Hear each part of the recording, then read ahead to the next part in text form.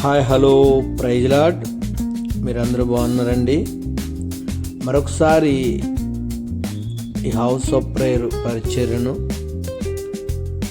ఆదరిస్తూ మీ అమూల్యమైన హస్తాలతో లైక్ చేస్తూ, కామెంట్ చేస్తూ, షేర్ చేస్తున్న ప్రతి ఒక్కరికి నా హృదయపూర్వక వందనాలండి. మరొక వాక్య భాగంతో మనము ముందుకెళ్దాం.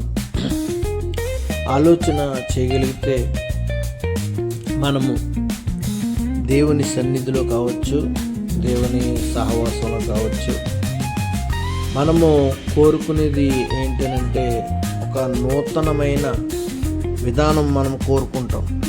దేవుడు కూడా మన నుండి సేమ్ టు సేమ్ అదే విధమైన పరిస్థితులు కోరుతారు.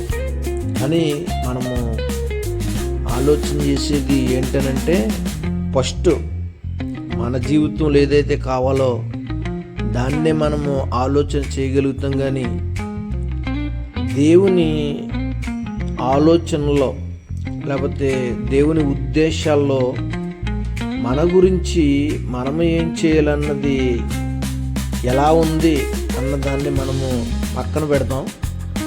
ఫస్ట్ మనం ఆలోచన చేసేది ఏంటంటే నాకు కావాల్సింది నేను దేవుని దగ్గర పొందుకోగలుగుతున్నానా, నాకు కావలసిన ఆరోగ్యము, నాకు కావలసిన ఆయుష్, నాకు కావలసిన ధనము, లేకపోతే వగేరా వగేరా ఇంకేమైనా సరే దేవుని నుంచి మనము ఎక్స్పెక్ట్ చేస్తూ ఉంటాం. నేను ఫలాన్నది నేను అడుగుతున్నాను, ఖచ్చితంగా నాకు దయచేయనైనా అని మనము ప్రార్థనలో కూడా మనం ప్రార్థన చేసే సందర్భాలు చాలానే కనబడతాయి.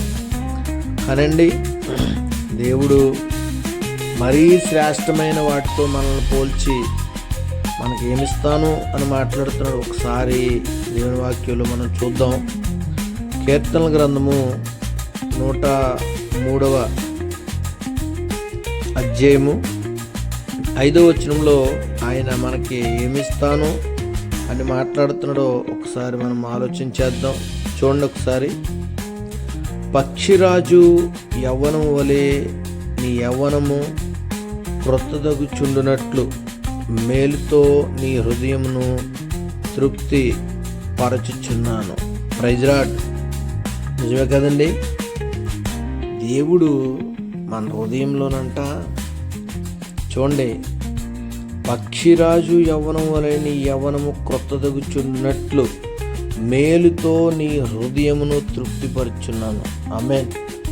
ఇంతకంటే ఎక్కువేం కావాలండి మన జీవితంలో?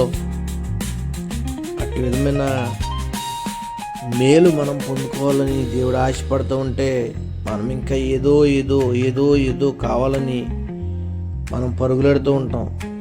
దేవుడు మన జీవితాల్లో పక్షిరాజు యవ్వనం వలె నీ యవ్వనము క్రొత్తదగుచుండునట్లు, నిజంగా పక్షిరాజు యవ్వనంతో పోలుస్తున్నాడు.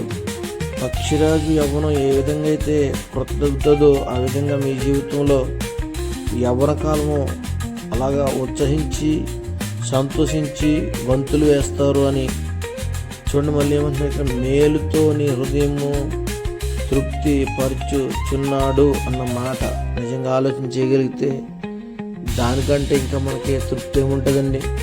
ప్రియమైన సహోదరి, ప్రియమైన సహోదరుడా, ఒకసారి నువ్వు ఆలోచన చేయగలిగితే ఖచ్చితంగా ఈ 103వ అధ్యాయము 5వ వచనంలో ఉన్న మాట మన జీవితంలో దేవుడు నెరవేర్చునుగాక. ఆమేన్. Praise lord.